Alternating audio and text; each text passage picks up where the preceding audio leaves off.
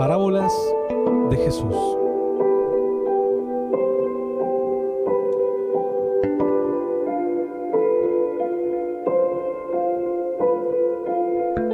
Llegamos así a las parábolas de Cristo.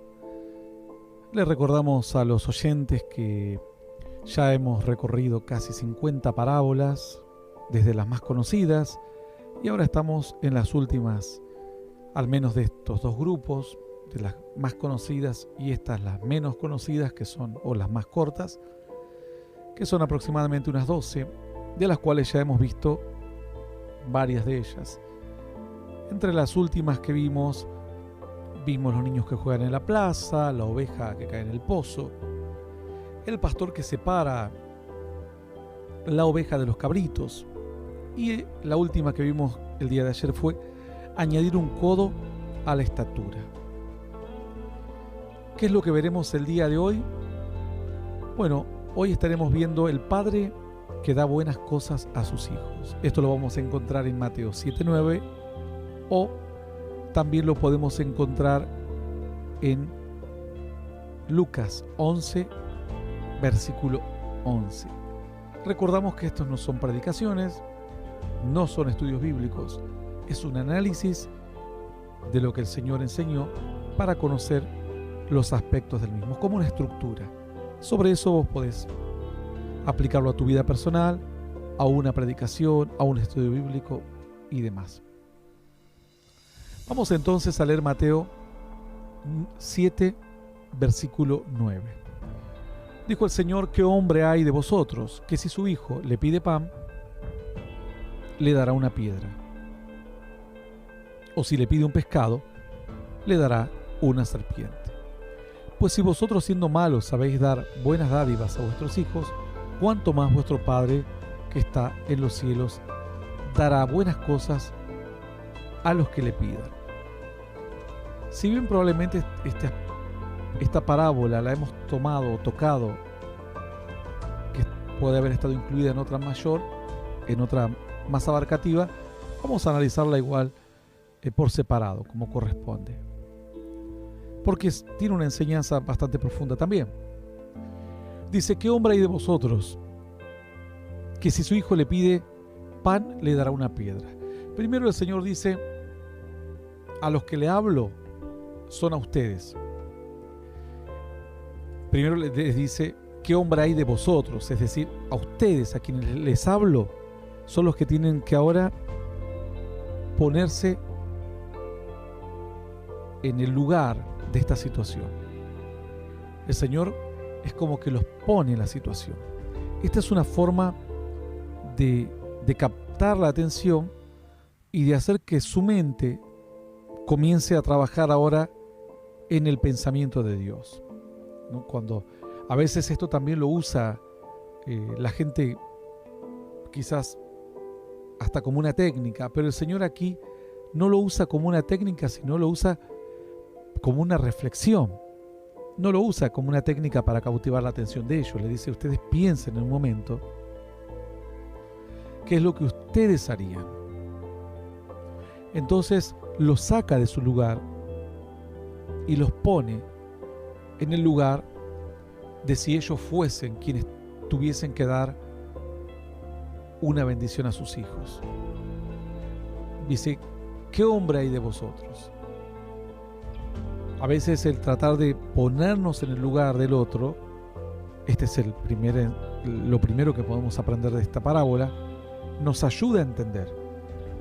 Porque ellos decían: bueno, le pedimos a Dios, pero a veces Dios da, a veces no da, a veces no sabemos si nos escucha, a veces le pedimos un montón de cosas y nunca nos da nada, a veces pensamos que Dios no nos ama, quizás en realidad ni nos quiere Dios y simplemente estamos perdiendo el tiempo nada más. Entonces el Señor les dijo: pónganse en el lugar, pónganse en el otro lugar, en el lugar del otro. Obviamente que en este caso era el lugar de Dios. No es que el Señor los quería hacer sentir como Dios, sino en el lugar de Padre, porque Dios dijo: es el Padre de los hombres, o de aquellos que le buscan y le aman. Entonces les dijo el Señor, pónganse en el lugar de un padre, pónganse en el lugar. Esto es muy importante porque nos ayuda mucho en nuestra vida espiritual. Yo sé que a veces, como seres humanos, enfrentamos muchas dificultades, a veces también nos cuesta entender la voluntad de Dios, nos cuesta incentivarnos a hacer algo. Entonces, una de las primeras cosas que Dios me enseñó a mí, y seguramente a muchos de los oyentes y siervos de Dios que están escuchando, es a ponernos en el lugar del otro. A mí me ayudó muchísimo en todos los aspectos de mi vida a ser misericordioso con aquel que está mal, porque aunque yo no tenga la necesidad, hay gente que la tiene. Entonces, ponerme y pensar cómo debe estar pasando hoy alguien que no tiene que comer. Porque cuando uno no sabe ponerse en el lugar del otro es cuando uno fácilmente endurece su corazón. Fácilmente arma en su mente un mundo que no existe. Y estamos frente a un mundo que a veces es muy cruel y en el cual no tenemos la responsabilidad de resolverle la vida a todos los seres humanos, pero sí de aportar, cuando se nos presenta la oportunidad y esté a nuestro alcance, aportar un pequeño alivio a alguien, una pequeña mano de ayuda, un pequeño canal de bendición a otro. A veces, como hay tanto que hacer, decimos, entonces no hago nada, porque igual no voy a alcanzar a hacer ni el 1% de lo que debo hacer. Pero el Señor dice, ponte en el lugar. A mí me ayudó mucho ponerme en el lugar, porque de esa manera aprendí a tener misericordia, y yo siempre le dije a Dios, le dije, Señor, soy una persona, tú sabes, muy incrédulo y necesito muchas señales.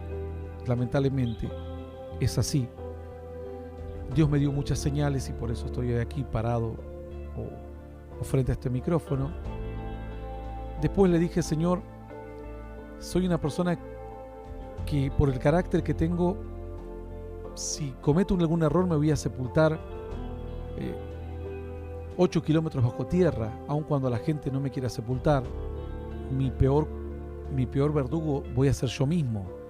Entonces le dije, Señor, no quiero aprender por las malas, porque no sé si voy a tolerar, no sé si voy a poder aguantar saber que he dañado a gente o cometer errores y después entender. Yo sé que Dios te perdona siempre.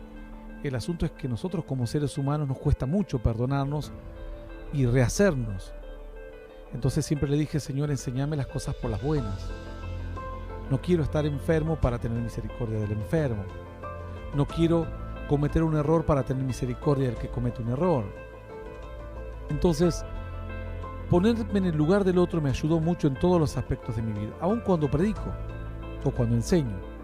Trato de ponerme en el lugar del joven, que a veces su vocabulario es simple, de la persona humilde, de la persona que no conoce mucho de la Escritura, e incluso de aquel que sabe mucho. Trato siempre también de darle un aspecto para que él le enriquezca la palabra o la enseñanza. Aun cuando predico en una cruzada, siempre he predicado y le he dejado pequeñas perlas a siervos de Dios o a alguien que de ahí puede seguir investigando más. Porque también a mí me gustaría ir a un lugar y no escuchar siempre Jesús te ama, porque si ya soy un creyente, ya sé que Jesús me ama. Me gustaría algo que me descubrir algo nuevo, algo que me entusiasme leer un pasaje que no lo había entendido de esa manera. Ponernos en el lugar del otro nos va a ayudar a perdonar. Ponernos en el lugar del otro nos va a enseñar a tener paciencia o a soportar, aun cuando tengamos poca paciencia, saber que es el momento de soportar, porque no todos podemos rendir o cumplir con las expectativas o colmar las expectativas de aquellos que están esperando que nosotros hagamos algo. Entonces la primera enseñanza aquí es: pónganse en el lugar. Ustedes que piden, ustedes que esperan, pónganse en el lugar. Ahora ellos, de esperar una respuesta, tenían que ellos dar una respuesta. Ahora ellos, de preguntar por qué Dios hace así o de tal o de cual forma, Ahora ellos tenían que decir por qué yo decidiría así o de esta otra manera. Ponernos en el lugar es una clave muy importante para la vida.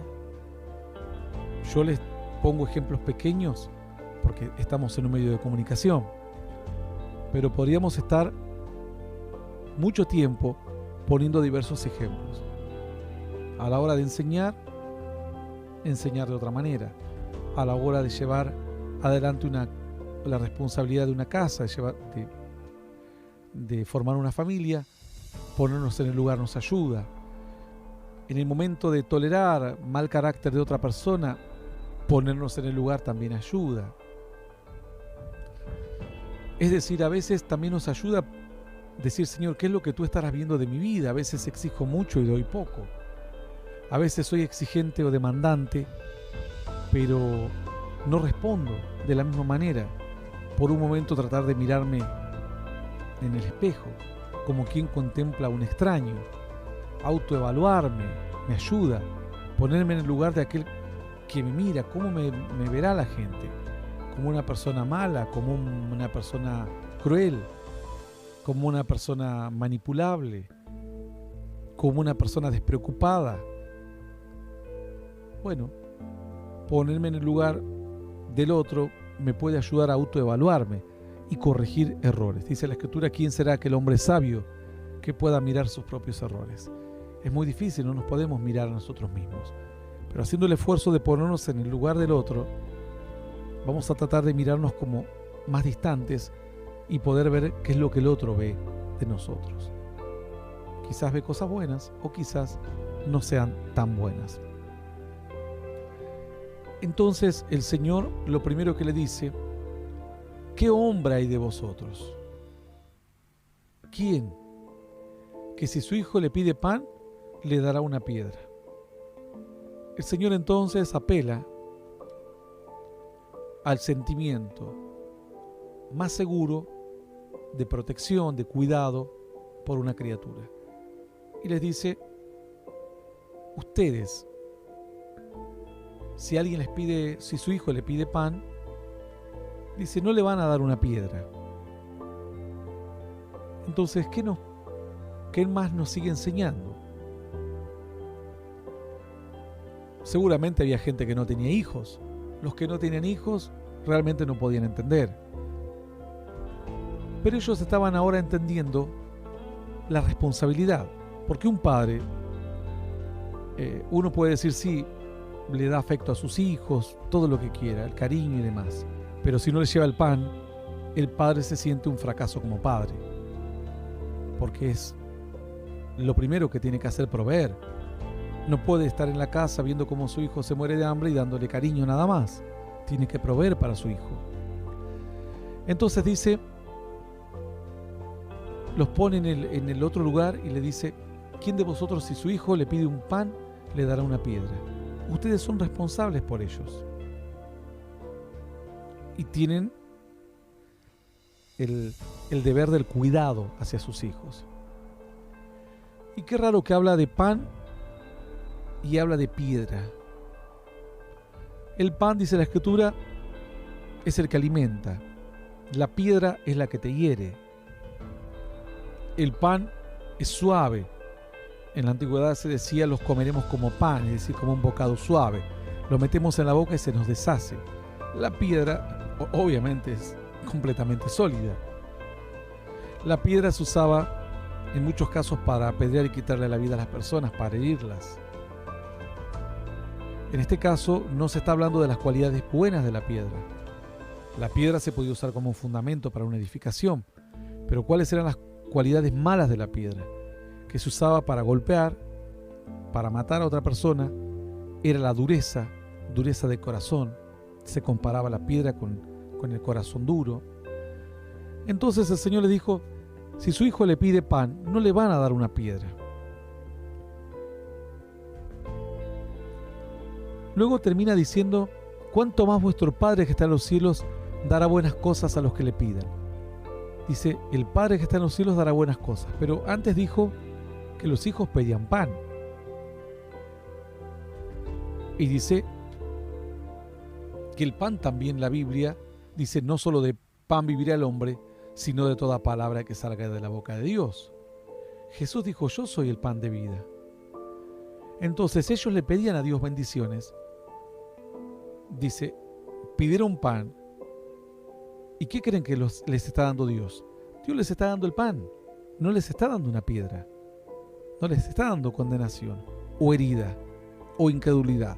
Les está dando la palabra, la fe, porque es la llave para abrir todas las promesas. En la palabra están todas las promesas. En la palabra está la capacidad de reclamar lo que está escrito y entrar a un tiempo de bendición. Alguno dirá, pero ¿por qué no me da directamente la promesa? Porque quizás la promesa te va a servir para un día, pero mañana vas a estar triste y no vas a saber cómo salir de la tristeza. En la palabra está. Mañana vas a tener ataques de brujería o de hechicería y no vas a saber cómo defenderte. En la palabra está. Entonces el Señor dijo, si su hijo le pide un pan, usted no le da una piedra. Entonces ustedes clamaron a Dios, ¿cuánto más vuestro Padre que está en los cielos? ¿Ustedes qué creen que les dio el Señor, el Padre que está en los cielos? Jesús estaba enfrente, le decía, ustedes le pidieron pan y aquí estoy yo soy el pan de vida. Y mi palabra es palabra de Dios. Yo soy el verbo hecho carne. Dice la Escritura más. Entonces, le pide pan, no le van a dar una piedra. O si le pide un pescado, le dará una serpiente, dice. Si le pide un pescado, le dará una serpiente. Así como piedra es señal de castigo, serpiente es señal de pecado. Serpiente es una señal de pecado. Mientras que pescado es una señal de bendición. Porque el Señor dijo, los haré pescador de hombres. El pescado es bendición. Entonces tenés el pecado por un lado y la bendición por otro lado. Pero los hijos, dice, piden bendición. Dios no le mandará maldición como es la serpiente o pecado. Ellos piden bendición, quieren sus días bendecidos. Y Dios lo que les mandó es bendición. Jesús dijo, comed, este es mi cuerpo, que por vosotros es partido. Dice la Escritura que en la alimentación de los 5.000 él tomó el pan y lo partió. Al igual que el pez, lo bendijo y lo partió. Y todos fueron alimentados en el pan y en el pez. Y luego el Señor dijo que los peces somos los hombres que vamos a hacer un canal de bendición para otros. Entonces, aquí el Señor dijo, piden bendición, yo les voy a dar bendición. Nunca les voy a dar maldición. Dice, pero si vosotros siendo malos, sabéis dar buenas dádivas a vuestros hijos, ¿cuánto más vuestro Padre que está en los cielos dará buenas cosas a los que le pidan? Dice el Señor entonces, va a dar buenas cosas, pero nunca dijo cuáles son esas buenas cosas. Para nosotros las buenas cosas son una mansión, un jet privado. Algunos dicen, yo quiero ser un deportista famoso. Otros dicen, yo quiero ser un cantante famoso. Quiero ser millonario. Bueno, para el hombre estas son las cosas buenas. Sin embargo, el Señor dijo, así como son más altos los cielos que la tierra, así son mis caminos, más altos que los de ustedes. No son iguales. Para ustedes las cosas buenas son millones. Para mí las cosas buenas es que entras a la eternidad, porque quizás millonario te pierdo para siempre en el infierno. En cambio, si te llevo por otro camino, vas a entrar a la eternidad. Y aquí vas a conocer algo que nunca ningún hombre vio y escuchar cosas que oído no oyó. Dice la Escritura, cosas que ojo no vio ni oído yo, ni ha subido a corazón de hombre. Son las que Dios ha prometido a los que le aman. A veces el concepto nuestro, porque aquí dice, el Padre que está en el cielo dará buenas cosas. Estas buenas cosas, para Dios el concepto de buenas cosas es uno y para nosotros es otro. A veces decimos, Señor, dame ese joven porque lo amo, porque lo quiero. Dios dice, si te casas con él, te va a engañar, te va a golpear, te vas a separar, te va a dejar un hijo o dos. Pero como nosotros no alcanzamos a ver eso, Cuando Dios nos cierra la puerta, nos enojamos con Dios. Pero Dios dice, yo te di lo mejor, porque esto era lo mejor para vos. Lo otro era lo peor. Aunque a vos te parecía bueno, era lo peor.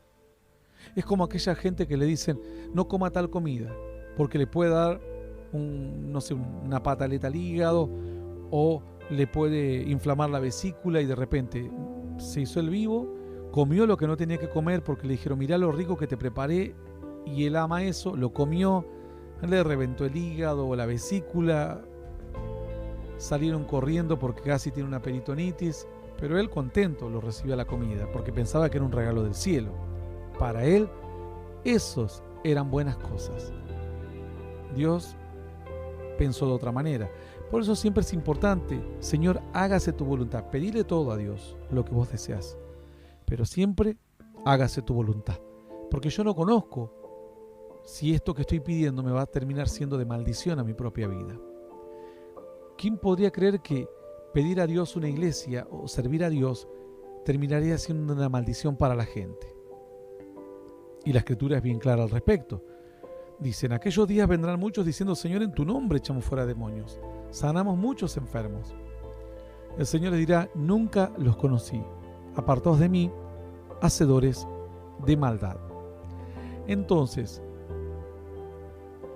las cosas buenas para Dios son una cosa y para los hombres son otras. Y luego dice, hay que pedir. Porque si vos no pedís, vas a pensar que si sucede algo maravilloso en tu vida, una bendición, va a ser producto de una casualidad. Entonces dice el Señor, a los que lo pidan, tenés que pedirle a Dios, Señor, dame esto, quiero que me abras esta puerta. Dice la Escritura, nosotros de por sí somos malos, porque a veces queremos ser buenos, pero lo malo nos vence. Y así todo, siempre hacemos el esfuerzo para que con la gente que amamos, darles lo mejor que podemos. Y Dios, el Señor le dice, ¿y saben qué? Si ustedes que luchan contra el bien y el mal constantemente, se esfuerzan para dar lo bueno, ¿cuánto más Dios, que es puro amor, bondad y misericordia, les va a dar lo que sea bueno para sus vidas, lo que sea de edificación y de provecho, aun cuando para ustedes sea malo? Es como cuando la madre le dice al nene, abrí la boca para tomar el jarabe feo. El nene dice, mi mamá me dio cosa fea. Y la madre dice, si no te doy esto, te empeorás y te tenemos que internar. Entonces el Señor les dijo, pidan y el Señor les va a dar todas las cosas buenas. Imagínense que ustedes a sus hijos le dan lo mejor. Ustedes como padres le dan lo mejor. Y su Padre que está en los cielos siempre desea lo mejor para nuestras vidas. A veces somos un poco tercos, no cambiamos de carácter y no podemos recibir prosperidad porque no hemos aprendido a ser fiel en lo poco. Por eso la Escritura dice, si sobre lo poco sos fiel, sobre lo mucho te pondré. A veces los que frenamos las bendiciones somos nosotros, que no estamos preparados para recibirlas, porque nos vamos a caer en avaricia, porque no hemos aprendido a ser fiel en lo poco. Y si Dios nos da lo mucho, nos vamos a olvidar de Dios. O a futuro quizás aquello que parecía de bendición termina apartándonos de Dios, un trabajo, un emprendimiento, lo que fuere, porque no tenemos la madurez y el crecimiento para hacer las dos cosas a la vez. Entonces también parte del secreto está en prepararnos siempre para poder retener la bendición. Hay personas que han recibido autoridad para echar fuera demonios y ellos creen que ahora prácticamente son Dios. O creen que ellos han inventado la liberación, o se inflan artificialmente, sanan a algunos enfermos y creen ahora que son algo espectaculares en la tierra. Y no saben que muchos siervos de Dios son instrumentos de bendición y lo han sido por muchos años y en la actualidad también lo siguen siendo.